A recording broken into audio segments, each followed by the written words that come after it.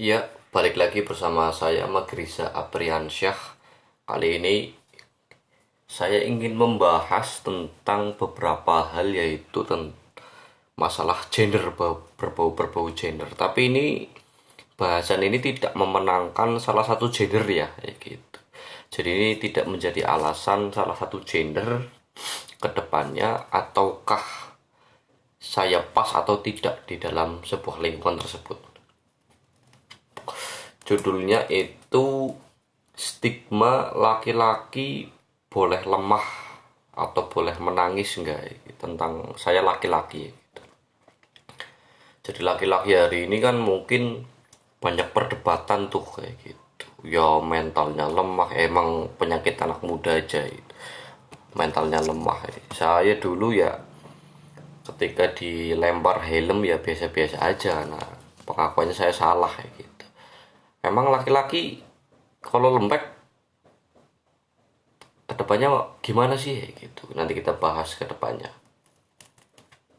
Tapi kita bahas dulu dari pertama, stigma ini kan memang digambarkan oleh hal lah, beberapa hal itu manifestasi dari kebudayaan pertama, manifestasi dari historical atau sejarah, manifestasi dari doktrin agama, atau manifestasi dari ideologi atau ideologi, atau bahkan sisi relung hati atau mungkin psikologi juga menjadi bahasan yang penting. Kenapa stigma laki-laki boleh menangis atau boleh lemah? Semisal ada pertanyaan, saya punya suami itu sering menangis ya gitu. Apakah kedepannya laki-laki ini akan menjadi suami yang baik kayak gitu? Mari kita perbincangkan dulu. Jadi sejarah laki-laki itu harus kuat sebenarnya. Kalau kita baca perkamen-perkamen sejarahnya itu, pertama kali kenapa laki-laki itu harus kuat itu sejarah lama tentang manusia gua, dimana manusia gua itu laki-laki difungsikan sebagai ujung tombak. Jadi laki-laki dia pegang tombak keluar dalam rangka berburu ya gitu, untuk menghidupi orang-orang yang ada di rumahnya, misal pasangannya atau bahkan anaknya gitu. Bahkan manusia gua pun menjelaskan bagaimana laki-laki itu begitu kuat. Setelah dia berburu, dia akan mengalami silent moment. Laki-laki itu akan mengalami silent moment. Setelah berburu, dia mengalami silent moment di atas gua dalam rangka memandangi matahari terbenam. Jadi dia nggak kepengen curhat dengan pasangannya atau kepada anaknya bagaimana dia luka berburu hari itu dan lain-lain. Jadi sisi historical pada zaman itu menjelaskan bahwa perempuan-perempuan di manusia gua itu ketidakmauan menikah dengan laki-laki lemah. Karena apa? Semisal laki-laki itu keluar gua, dia suruh berburu mamut, suruh berburu kelinci dan lain-lain, dengan harapan dengan harapan si perempuannya itu bisa makan. Tapi ternyata laki-lakinya itu sedikit melankolis.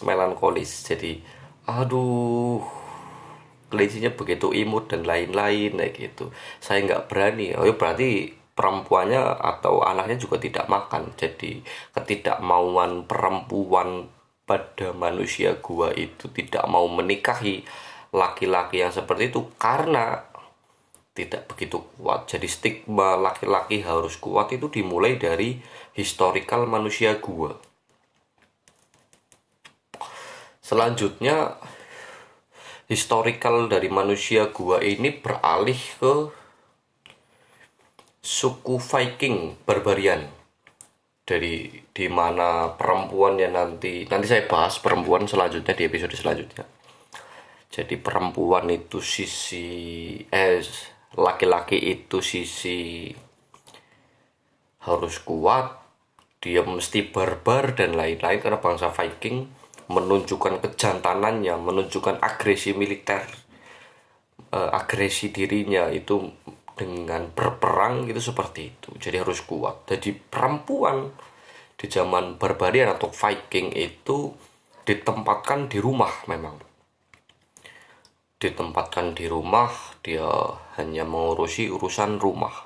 Jadi laki-laki dalam historikalnya dua hal, manusia gua harus kuat, keduanya laki-laki digambarkan di dalam bangsa Viking itu juga kuat, berperang, tiap hari berperang dalam rangka memperbanyak wilayah, dalam rangka menunjukkan kekuatannya, menunjukkan kekuasaannya dan lain-lain, itu dengan cara berperang.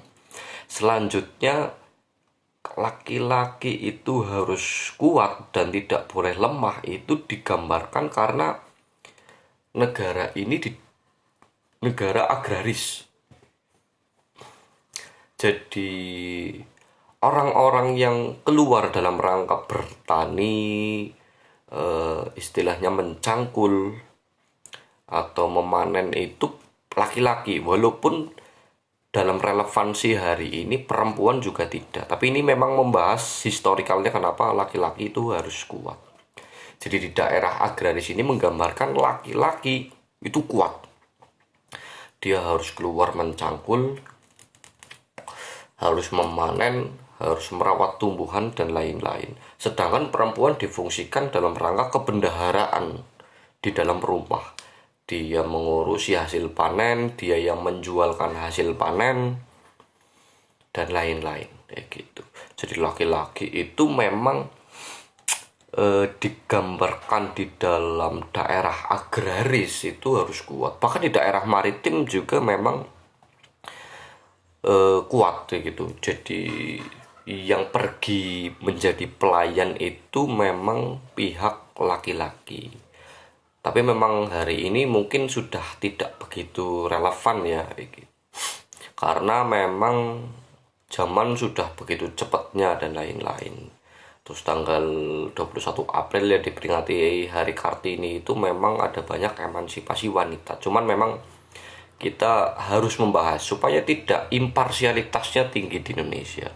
Selanjutnya, kenapa laki-laki itu harus kuat dan tidak boleh menangis? Ini karena ada ajaran atau dogmatis masalah keagamaan. Di dalam beberapa agama, setiap kepemimpinan itu digambarkan oleh laki-laki. Misal di dalam Renaissance kuno itu masalah buku wanita-wanita tukang sihir, karena perempuan itu digambarkan sebagai musuh dari bangsa. Tapi itu memang buku di zaman Renaissance. Apakah ini dapat menggambarkan hari ini? Belum tentu juga. Tapi ini jadi garis bawah. Jadi ajaran dogmatis masalah agama itu menggambarkan laki-laki itu sangat kuat. Sangat kuat. Karena apa? Karena laki-laki akan mengedepankan logika dan fisiknya. Kalau semisal ajaran dogmatis ya, ini mungkin people reasoning yang saya ambil, ini kesimpulan saya sendiri. Mungkin kalau ada yang salah tolong dikoreksi.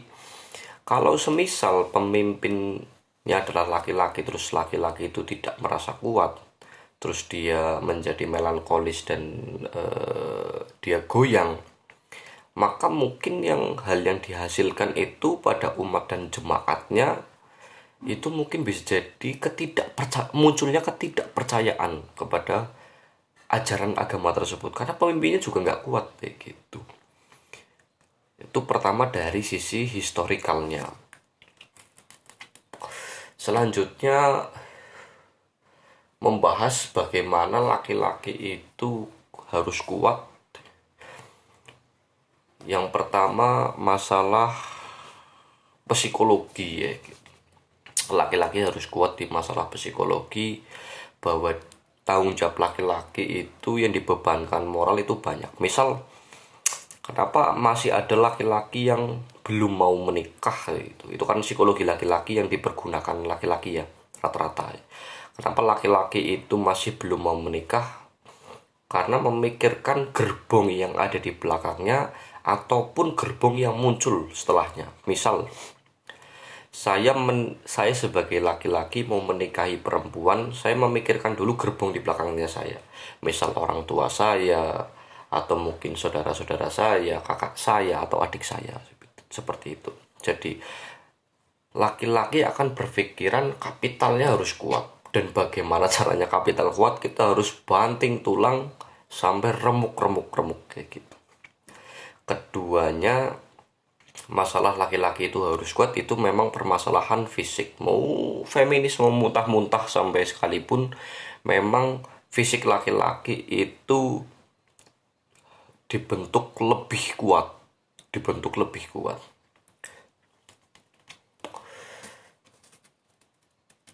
Terus selanjutnya, hal yang paling sering dibahas adalah batasan dari setiap manusia. Batasan setiap manusia ini membedakan antara laki-laki dan perempuan. Misal ini hanya percontohan. Apakah perempuan itu bisa menjadi laki-laki? Pastinya bisa. Tapi apakah semua pekerjaan perempuan itu dapat digeneralisir oleh laki-laki? Belum tentu. Misal pekerjaan-pekerjaan lapang yang memang menjelaskan batasan-batasan manusia itu memang kebanyakan pekerjaan lapang itu dilakukan oleh laki-laki, bukan perempuan. Makanya laki-laki itu difungsikan menjadi kuat karena apa? Ada batasan-batasan manusia yang mengikat pada gender tersebut. Terus selanjutnya, masalah kromosom ini yang mempengaruhi realitas hari ini ya. Manusia banyak berkembang, Homo sapien berkembang.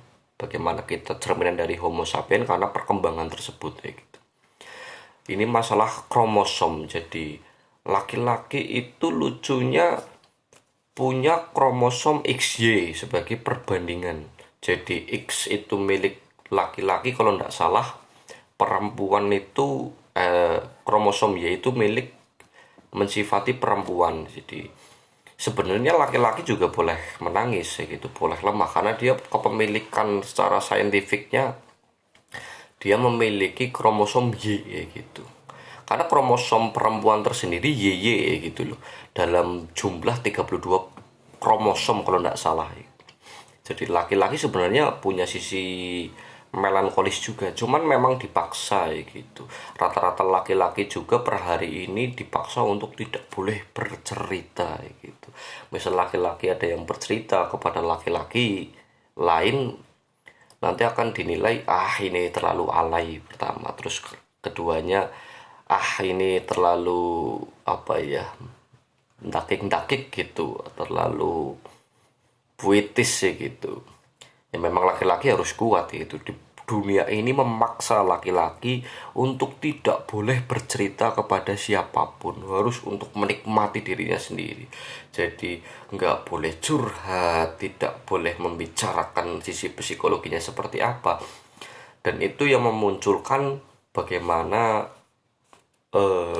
mestinya laki-laki itu memiliki silent moment, karena pada dasarnya logika laki-laki itu lebih kencang. Ini FYI juga bahwa di Indonesia itu dari pusat data memang kebanyakan pasien rumah sakit jiwa itu laki-laki. Laki-laki. Mungkin hampir 80%, 20% ya perbandingannya, 80% itu laki-laki. Jadi laki-laki karena logika dan psikologinya itu dipaksa untuk kuat, jadi dia tidak boleh bercerita. Dia istilahnya mengendap di dalam otak, otak ternyata setelah pecah dia tidak bisa mengkomunikasikannya dengan baik.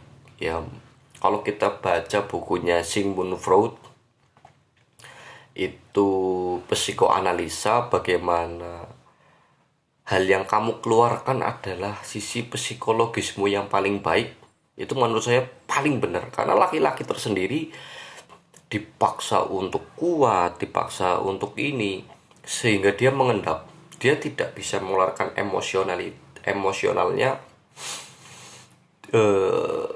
secara jujur-jujuran atau secara sempurna, jadi parsial. Laki-laki tidak bisa mengemukakan pendapatnya, sehingga ketika dia memunculkan ke depannya itu sisi psikologinya gitu, dia karena sudah luber-luber, jadi dia mengeluarkan sisi psikologi yang mungkin sedikit lebih abstrak, yang menghasilkan ya dia masuk rumah sakit jiwa dan lain-lain. Hari ini banyak sekali laki-laki yang mungkin masuk rumah sakit jiwa karena penekanannya kepada di dalam logika, di dalam otak itu lebih kenceng daripada perempuan gitu. Cuman kalau hari ini membahas realitasnya nih ya gitu. Apakah laki-laki yang lemah itu, kalau kita balik ke dalam historical manusia gua, manusia barbarian Viking atau mungkin negara agraris, apakah laki-laki hari ini yang lemah itu tidak bisa mencukupi keluarga? Pastinya bisa.